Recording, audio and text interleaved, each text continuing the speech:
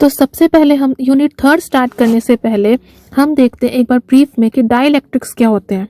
ये आपके सिलेबस में नहीं है, पर एक बार हम आगे यूज़ करेंगे, इसलिए हम लोग डाइलेक्ट्रिक्स देखते हैं कि अगर हम डाइलेक्ट्रिक मीडियम का यूज़ करें बीच में, तो हमारे पास जैसे हमने गॉस लॉ पढ़ा था, तो वो कैसे चेंज होगा in the presence of electric medium, dielectric medium. तो डाइलेक्ट्रिक हमारे पास क्या होते हैं, which do not conduct electric charge, मतलब इलेक्ट्रिक चार्ज उनमें से पास आउट नहीं होता, but allow the inductive effect to pass through when placed in an electric field. पर अगर हम किसी डाइलेक्ट्रिक मीडियम को इलेक्ट्रिक फील्ड के बीच में रखें, तो इंडक्टिव इफेक्ट उसमें से, उनके डाइलेक्ट्रिक में से क्या हो सकता है, पास आउट हो सकता है। अब देखते हैं डाइलेक्ट्रिक और इंसुलेटर में क्या फर्क होता है। इंसुलेटर क्या होते हैं, basically which can't conduct electricity, उसको हम क्या कहते हैं, इंसुलेटर। पर जो डाइलेक्ट्रिक होते हैं वो क्या होते हैं आपके पास, which can transmit electric conduction through itself, जिसमें से इलेक्ट्रिक कंडक्शन जो है वो ट्रांसमिट हो सकता है, उसको हम क्या कहते हैं, डाइलेक्ट्रिक। बेसिकली इनमें ज्यादा डिफरेंस नहीं होता है डाइलेक्ट्रिक और इंसुलेटर में। इनफैक्ट क्या होते हैं कि जो सारे के सारे डाइलेक्ट्रिक्स होते हैं, इनफैक्ट ऑल डाइलेक्ट्रिक्स, वो क्या होते हैं, इंसुलेटर्स। ठीक है हमारे पास। तो अगर हम देखें कि अब हम देखते हैं कि effect of electric field on dielectric, ये हमारे पास मान लो क्या है, डाइलेक्ट्रिक मीडियम। डाइलेक्ट्रिक मीडियम, इसको हमने किसके बीच में रख दिया, इलेक्ट्रिक फील्ड के बीच में। इलेक्ट्रिक फील्ड कहाँ से पास आउट हो रही है, प्लस क्यू और माइनस क्यू, ये होगी इलेक्ट्रिक फील्ड की डायरेक्शन। अब जब हमने यहाँ पे इलेक्ट्रिक फील्ड के बीच में रख दिया, तो इसके अंदर स्मॉल एटम्स होंगे। हमारे पास क्या होता है, यहाँ पे न्यूक्लियस होता है, उसके राउंड क्या होते हैं, एटम्स होते हैं। तो जो इलेक्ट्रॉन होता है उसके ऊपर क्या होता है, नेगेटिव चार्ज, और यहाँ पे क्या होता है हमारे पास, पॉजिटिव चार्ज न्यूक्लियस के राउंड आउट।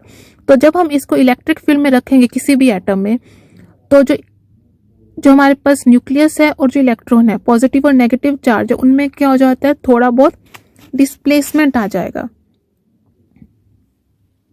इस तरीके से क्या हो जाएंगे, डिस्प्लेस। तो हमारे पास एक तरीके के क्या बन जाते हैं, डाइपोल्स। जो एटम्स में क्या बन जाएंगे, डाइपोल्स, जहां पे सेंटर में क्या होगा हमारे पास, पॉजिटिव चार्ज, और हमारे पास आउटर में क्या होगा, नेगेटिव चार्ज। लेकिन जो सेंटर और पॉजिटिव और नेगेटिव चार्ज है, वो क्या कर रहे हैं आपके पास, एक साथ दूसरे के साथ कोइंसाइड नहीं कर रहे हैं, उनके अंदर क्या है, थोड़ा बहुत क्या है, गैप है। मतलब यहाँ पे आपके पास क्या, सेंटर में पॉजिटिव है, आउटर में क्या है, इलेक्ट्रॉन्स। पर जब हम इलेक्ट्रिक फील्ड में रखेंगे, तो एटम्स क्या हो जाएंगे हमारे पास, पॉजिटिव चार्ज यहाँ पे चला जाएगा हल्का सा, और नेगेटिव चार्ज क्या आ जाएगा यहाँ पे। जो इनके जो सेंटर्स हैं वो आपस में क्या नहीं करेंगे, कोइंसाइड नहीं करेंगे। अब तो क्या बन गए हमारे पास, एक तरीका क्या बन गया, डाइपोल्स। तो जब हम किसी डाइलेक्ट्रिक मीडियम को इलेक्ट्रिक फील्ड में रखेंगे, तो हमारे पास क्या फॉर्म हो जाते हैं, डाइपोल्स। इस तरीके के डाइपोल्स क्या हो जाएंगे, फॉर्म हो जाएंगे। प्लस नेगेटिव और पॉजिटिव चार्ज क्या हो गए, सेपरेट हो गया।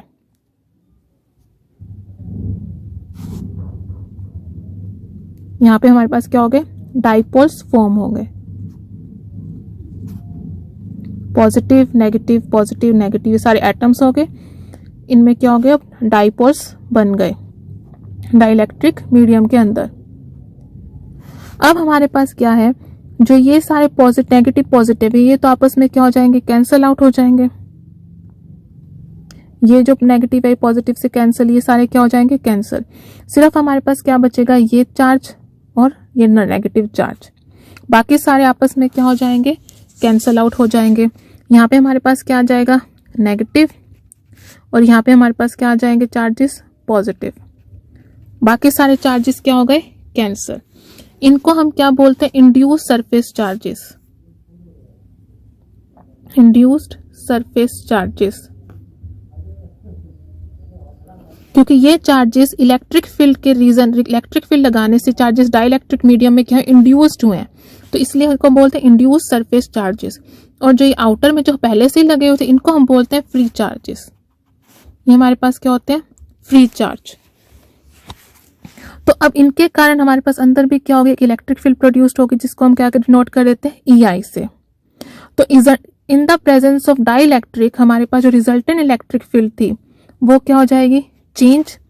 पहले मान लो E0 थी, अब EI होगी, तो रिजल्टेंट इलेक्ट्रिक फील्ड क्या हो जाएगी हमारे पास, E0 माइनस EI। तो नेट इलेक्ट्रिक फील्ड हमारे पास क्या हो जाएगी, डिक्रीज हो जाएगी। ठीक है, तो एक हमारे पास क्या कंसेप्ट आता है चार्जेस का, कि सरफेस चार्ज डेंसिटी हमारे पास क्या होती है, 2 होती है। एक क्या हो गई फ्री चार्जेस के कारण जो यहाँ पे है, और एक क्या हो गई इंड्यूस चार्जेस के कारण हमारे पास क्या होगी, सरफेस चार्ज डेंसिटी हो गई।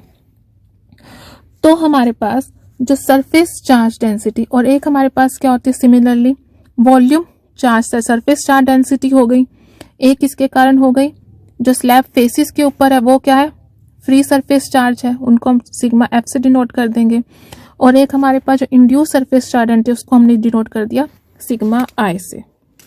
सिमिलरली हमारे पास क्या होती है वॉल्यूम चार्ज डेंसिटी, जो सरफेस पे है वो फ्री चार्जेस है तो वो क्या हो जाएंगे रो एफ। जो हमारे पास अंदर डाइलेक्ट्रिक मीडियम में जो चार्ज इंट्रोड्यूस्ड हुआ है उसके कारण क्या हो जाएगा हमारे पास, हम क्या बोलते हैं रो बाउंड, कि बाउंड चार्ज डेंसिटी। तो टोटल चार्ज डेंसिटी किसका सम हो जाएगा, रो एफ प्लस रो बी। इस चीज का ध्यान रखना है हमें। और एक हमारे पास क्या होता है अंदर क्या हो गया इंट्रोड्यूस्ड हो गया डाइपोल हो गया, तो अंदर एक तरह क्या करंट इंड्यूस हो जाता है जिसको हम बोलते हैं पोलराइजेशन करंट, पोलराइजेशन करंट जिसको हम डिनोट करते हैं P से। और इसकी वैल्यू क्या होगी हमारे पास, जो हमारे पास अभी ये पोलराइजेशन करंट किसके कारण आ रहा है, बाउंड चार्ज डेंसिटी के कारण, क्योंकि जो बाउंड चार्ज है जो यहाँ पे QI से हमने डिनोट किया था इंड्यूस सरफेस चार्जेस QI, उसके कारण हमें क्या मिल रहा है पोलराइजेशन करंट। तो जो P की वैल्यू होगी वो क्या होगी आपके पास, जो P होगा वो क्या होता है minus del dot P is equal to rho B.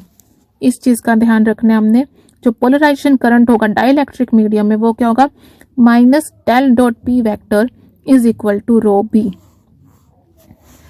ये आपने ध्यान रखना है। और डाइलेक्ट्रिक मीडियम में हमारे पास जो टोटल चार्ज डेंसिटी होगी वो किसके इक्वल होती है, रो एफ प्लस रो बी।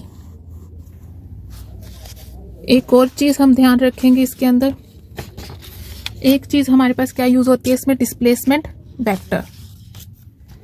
अगर डाइलेक्ट्रिक मीडियम है तो उसके अंदर जो गॉस लॉ है वो चेंज हो जाता है, वो क्या हो जाता है del dot D is equal to rho. जो डी है वो क्या है डिस्प्लेसमेंट वेक्टर। डिस्प्लेसमेंट वेक्टर की वैल्यू क्या होती है हमारे पास in case of dielectric medium epsilon naught E plus P. P क्या है पोलराइजेशन करंट डेंसिटी। तो जो पोलराइजेशन पी क्या है हमारे पास पोलराइजेशन वेक्टर। क्लियर। तो अब अगर हम अज्यूम ये रिजल्ट हमारे पास कैसे आया, अगर हमारे पास यहाँ पे 2 कैपेसिटर प्लेट्स ले लिया हमने, स्लैब्स है हमारे पास, एक के ऊपर क्या है पॉजिटिव चार्ज और एक के ऊपर क्या है नेगेटिव चार्ज। यहाँ पे हमने क्या ले लिया डाइलेक्ट्रिक मीडियम ले लिया, इसमें सरफेस चार्जेस इंड्यूस्ड होंगे, इधर क्या हो गया नेगेटिव और इधर क्या हो गया प्लस, सरफेस चार्ज इंड्यूस्ड हो गया। अब हमारे पास क्या होगा, जो इलेक्ट्रिक फील्ड है वो हो गया is connected with both kinds of charges. तो इलेक्ट्रिक फील्ड क्या होगा, एक तो हमारे पास क्या होगा प्लस से नेगेटिव की ओर इधर जाएगी इलेक्ट्रिक फील्ड लाइंस, और एक इधर से इधर भी होगी इलेक्ट्रिक फील्ड लाइंस, और एक इधर से इधर भी होगी प्लस से नेगेटिव। ठीक है। पोलराइजेशन वेक्टर है वो किससे कनेक्टेड है, is connected with the induced charges. जो यहाँ पे इंड्यूस्ड चार्जेस QI इंड्यूस्ड हुए हैं उनके कारण हमें क्या मिल रहा है पोलराइजेशन वेक्टर। तो पोलराइजेशन वेक्टर की डायरेक्शन क्या होती है नेगेटिव टू पॉजिटिव, तो ये क्या हो गया P। और जो हमारे पास जो डिस्प्लेसमेंट वेक्टर है P, जो D है वो कनेक्ट होता है सिर्फ फ्री चार्ज के साथ, वो इंड्यूस्ड चार्जेस के साथ कनेक्ट नहीं होता। तो उसकी डायरेक्शन क्या होगी हमारे पास दिस, ये क्या हो गया D। तो हमारे पास क्या हो गया, तो लाइंस ऑफ जो डी है वो किस पे टर्मिनेट, स्टार्ट हो रही है फ्री चार्जेस से और टर्मिनेट किस पे हो रही है, फ्री चार्जेस पे। ई की लाइन जो है वो किस पे हो रही है, फ्री चार्जेस पे भी हो रही है और फ्री चार्जेस पे स्टार्ट हो रही है और इंड्यूस चार्जेस पे खत्म भी हो रही है। और जो पोलराइजेशन वेक्टर की लाइन है वो किस में हो रही है, सिर्फ हमें इंड्यूस्ड चार्जेस में मिलेंगे। तो ये हमें, अगर हमें फिगर देखें तो at every point within the capacitor plates हमारे पास जो number of lines of D है वो किसके इक्वल हो रहा है, is equal to the sum of lines of epsilon naught E plus P. तो हमें डाइलेक्ट्रिक मीडियम में क्या मिलता है, D is equal to epsilon naught E plus P. तो ये रिजल्ट हमने ध्यान रखना है। जब हम डाइलेक्ट्रिक मीडियम लेंगे तो हमारे वहां पे डिस्प्लेसमेंट वेक्टर यूज होता है, तो उसकी वैल्यू क्या होती है, D is equal to epsilon naught E plus P vector. P क्या हो गया, पोलराइजेशन, और पी की वैल्यू क्या होती है हमारे पास, minus del dot P is equal to rho B. Rho B क्या, बाउंड चार्ज डेंसिटी, और जो टोटल चार्ज डेंसिटी रो होती है वो क्या हो गया हमारे पास, rho B plus rho F bound plus free surface charge density. Clear है। तो गॉस लॉ हमारे पास इन डाइलेक्ट्रिक मीडियम में हमें क्या मिलता है, del dot D is equal to rho. Clear. D is equal to, अगर हम फ्री मीडियम लें in case of free air वगैरह में, इन केस ऑफ डाइलेक्ट्रिक की जगह अगर हम इन केस ऑफ एयर लें तो डी की वैल्यू क्या होती है हमारे पास, D is equal to epsilon naught E. तो उस केस में del dot E is equal to rho by epsilon naught. तो हमें क्या मिल गया, गॉस लाइन इलेक्ट्रोस्टैटिक्स। तो ये दोनों क्या है, इंटर रिलेटेड है। D is equal to epsilon naught E in case of air, पर in case of dielectric medium D is equal to epsilon naught E plus P. तो del dot D is equal to rho और del dot T is equal to rho by epsilon naught. ये क्या होते हैं, Gauss law in electrostatics.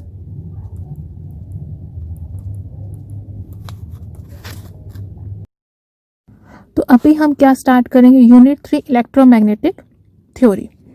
तो उसके अंदर हमें पता है कि अभी तक हम क्या पढ़ रहे थे, इलेक्ट्रिक फील्ड अलग पढ़ रहे थे और मैग्नेटिक फील्ड को अलग स्टडी कर रहे थे। इलेक्ट्रिक फील्ड अलग पढ़ रहे थे, इलेक्ट्रिक फील्ड के लॉज अलग थे, मैग्नेटिक फील्ड के लॉज अलग थे। क्लियर है।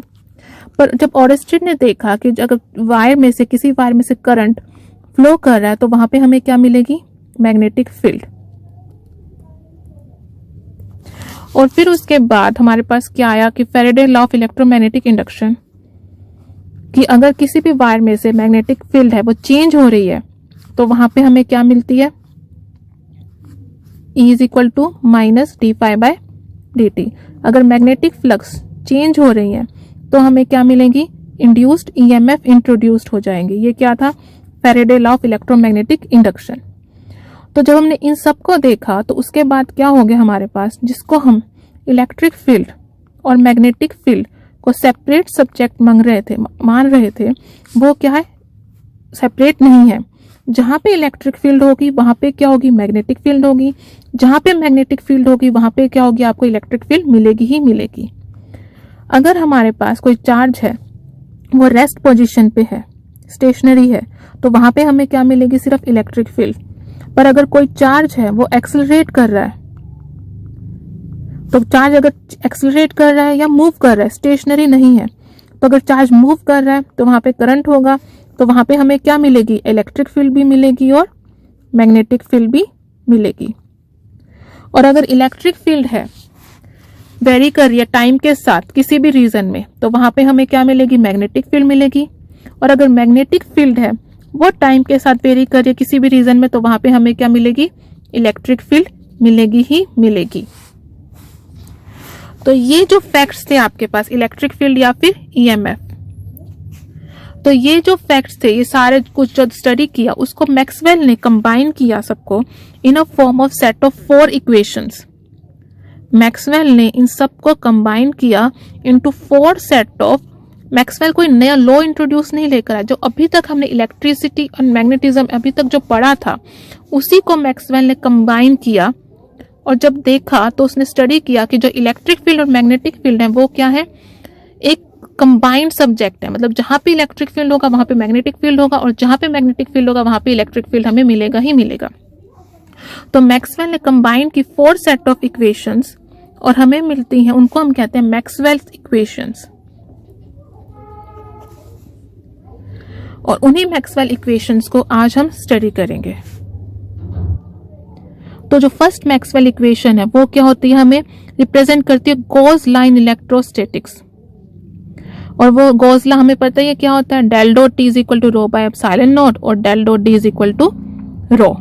ई क्या है, इलेक्ट्रिक फील्ड, और डी क्या है, डिस्प्लेसमेंट वेक्टर। ये हम पढ़ चुके हैं कि इन डाइलेक्ट्रिक में डी की वैल्यू क्या होगी, epsilon naught T plus P, और इन फ्री एयर डी की वैल्यू क्या होगी, is equal to epsilon naught E. Maxwell second equation हमारे पास क्या है, गॉस लाइन मैग्नेटिज्म, ये भी हम पढ़ चुके हैं। गॉस लाइन मैग्नेटिज्म क्या होता है, del dot B is equal to 0, क्योंकि मैग्नेटिक फील्ड क्या होती है हमारे पास, सोलोनॉइडल, ये भी हम पढ़ चुके हैं। मैक्सवेल थर्ड इक्वेशन हमारे पास क्या होती है, Faraday's law of electromagnetic induction. Faraday ने लॉ दिया था कि अगर मैग्नेटिक फ्लक्स चेंज होगा D phi by D T तो वहां पे इंड्यूस्ड ईएमएफ क्या होगा, प्रोड्यूस्ड होगा। तो उसी को मैक्सवेल ने डिफरेंशियल फॉर्म में किस तरह लिखा, del cross E is equal to minus D B by D T. इनकी डेरिवेशन हम आगे देखेंगे। फिर हमारे पास क्या है, फोर्थ मैक्सवेल इक्वेशन, जो कि हमारे पास क्या रिप्रेजेंट करती है, modified Ampere circuital law. Ampere circuital law क्या था हमारे पास, B D L is equal to mu naught I. इसी को जब हम डिफरेंशियल फॉर्म में लिखेंगे, उसको थोड़ा मॉडिफाइड करेंगे तो हमें क्या मिलेगी, एम्पेयर सर्कुटल लॉ, जो फोर्थ मैक्सवेल इक्वेशन। तो वो क्या होती है, del cross B is equal to mu naught epsilon naught D by D T plus J, और del cross H is equal to J plus D D by T T. D क्या है, displacement vector, H क्या है, magnetic intensity. तो ये है हमारे पास 4 मैक्सवेल इक्वेशन। ये क्या थे हमारे पास, 4 Maxwell equation, del dot T is equal to rho, del dot B is equal to 0, del cross B is equal to minus D B by D T, and del cross B is equal to mu naught epsilon D by D T. अब हम देखते हैं Maxwell equation in integral form, कि integral form में Maxwell equation को हम किस तरह लिख सकते हैं। तो फर्स्ट है Gauss law, E dot D S is equal to 1 by epsilon rho D V. Second Maxwell equation, integral of B dot D S is equal to 0। Third Maxwell equation, E dot D L is equal to minus D B by D T dot D S, and fourth Maxwell equation is B dot D L mu naught bracket epsilon naught integration of D by D T dot D S plus integration of J dot D S. तो ये जो fourth Maxwell equation है ये बहुत ही important topic है। ये सारी की सारी मैक्सवेल इक्वेशन आपको याद होनी चाहिए कि फोर्थ मैक्सवेल इक्वेशन होती क्या है, क्योंकि जब तक ये याद नहीं होंगी तब तक जो इनके डिफरेंशियल फॉर्म है ये सब याद होनी चाहिए, 4 मैक्सवेल इक्वेशन, उसके बिना आगे नहीं कर सकते। तो जो 4 मैक्सवेल इक्वेशन है ये बहुत ही इंपॉर्टेंट टॉपिक है और ये आपको याद होनी चाहिए 4 मैक्सवेल इक्वेशन हमारे पास कौन कौन सी हैं। तो अब हम पढ़ेंगे डेरिवेशंस ऑफ मैक्सवेल इक्वेशंस। तो फर्स्ट मैक्सवेल इक्वेशन हमारे पास क्या है, यहाँ पे फर्स्ट क्या थी, गॉस लाइन इलेक्ट्रोस्टैटिक्स। तो फर्स्ट मैक्सवेल इक्वेशन हमारे पास क्या, del dot D is equal to rho by epsilon naught और del dot D is equal to rho. तो इसको हम क्या करेंगे, ड्राइव। तो इसको ड्राइव करने के लिए हमने क्या किया है, consider close surface S and closing volume V with dielectric inside it. हमने वॉल्यूम लिया है v और उसके अंदर हमने कौन सा मटेरियल फील किया, dielectric, with dielectric inside it. अगर डाई इलेक्ट्रिक है तो हमें क्या मिलेंगे, एक तो फ्री चार्जेस मिलेंगे और हमें क्या मिलेंगे, पोलराइजेशन चार्जेस मिलेंगे, जिनको हम कहते हैं बाउंड चार्जेस या इंड्यूस्ड चार्जेस। यह अभी हमने देखा था। तो charges inside the surface are free charges and the polarisation charges due to the presence of dielectric medium. तो हमने इनको क्या दे दिया, एक रो, और रो बी से हमने इनको डिनोट कर दिया रो एंड रो बी। जो रो हो गया वो क्या हो गया, free charge density, and rho B क्या हो गया, पोलराइजेशन चार्ज डेंसिटी। तो Gauss law in terms of rho and rho B क्या लिख सकते हो आप, E dot D S is equal to rho by epsilon not.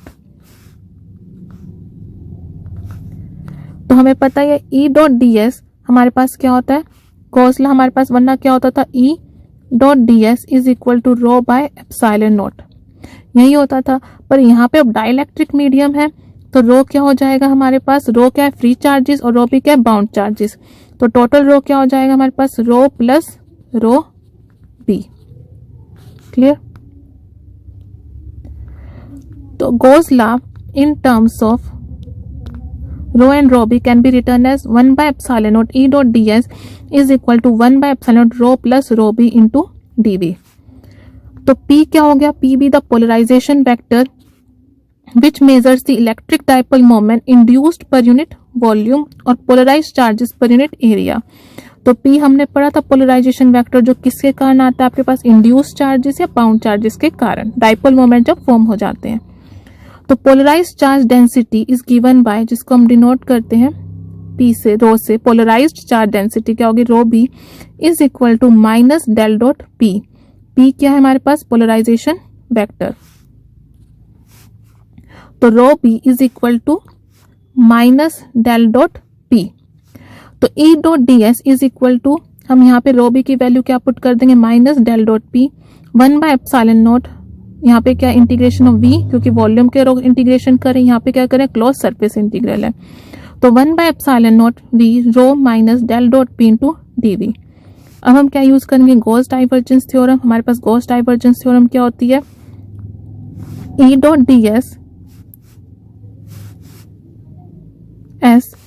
Is equal to V del dot T into dv। Surface integral किसमें change हो गया, volume integral में।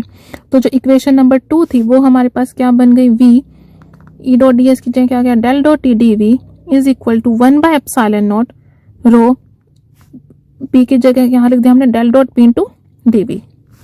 अब हमने क्या किया, जो डेल डॉट थी यहाँ ले गए, इस टर्म को एप्सिलॉन नॉट को हमने यहाँ मल्टीप्लाई कर दिया, तो क्या आ गया epsilon naught del dot E। तो यहाँ पे हमारे पास क्या आ गया, del dot epsilon naught E। इस टर्म को भी हम यहाँ ले गए तो क्या आ गया, del dot P is equal to rho. तो ये हमारे पास क्या बन गया, del dot epsilon naught E plus P is equal to rho. तो ये चीज हमारे पास यहाँ पे क्या आ गई, del dot T is equal to D 1 by epsilon rho minus del dot P dv। तो ये क्या बन गया, del dot epsilon naught E plus P into dv is equal to rho dv। तो हमें पता है कि epsilon naught E plus P क्या होता है हमारे पास, डिस्प्लेसमेंट वेक्टर। तो क्या हो गया, del dot D dv is equal to rho into dv, where तो where D is equal to epsilon naught plus P is electric displacement vector. तो डेल, जब इनको कंपेयर करेंगे तो डेल डॉट D क्या आ गया, रो। D क्या होता है हमारे पास, is equal to epsilon naught E for air और free space.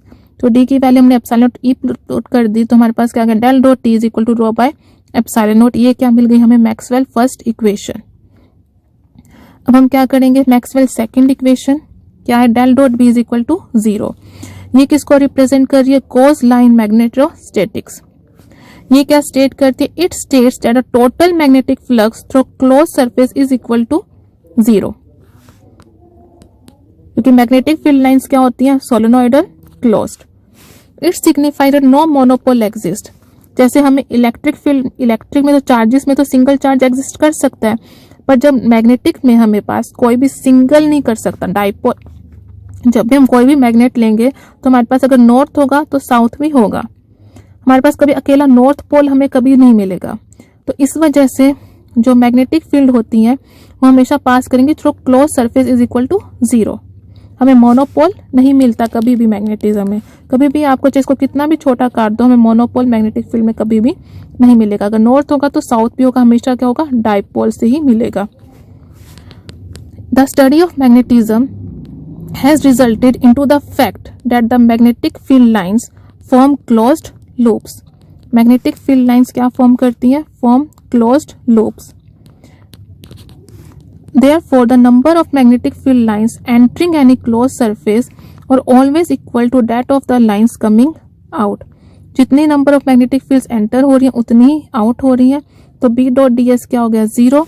Using Gauss divergence theorem हमारे पास क्या हो जाएगा, B dot D S is equal to del dot B into D V. तो कंपेयर इक्वेशन 5 एंड 6 हमारे पास क्या हो जाएगा, del dot B is equal to 0 which is Maxwell second equation. अब क्या हमारे पास मैक्सवेल थर्ड इक्वेशन जो कि हमारे पास del cross is equal to minus D B by D T. This equation represents the differential form of Faraday's law of induction. तो according to this law क्या है, induced EMF and magnetic flux किससे related होते हैं, ये हमें पता है कि अगर rate of change of magnetic flux किसके क्या देता है हमें, इंड्यूस्ड ईएमएफ। तो E इज इक्वल टू किसके इक्वल हो गया, minus D phi by D T. तो E इज इक्वल टू क्या हो गया, डी बाई डी टी।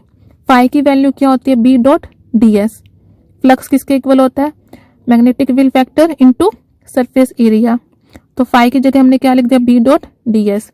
तो E किसके इक्वल हो गया, minus integral of D B by integral को डिफरेंशिएशन को अंदर ले गए इंटीग्रेशन के, तो क्या आ गया, D B by D T dot D S vector.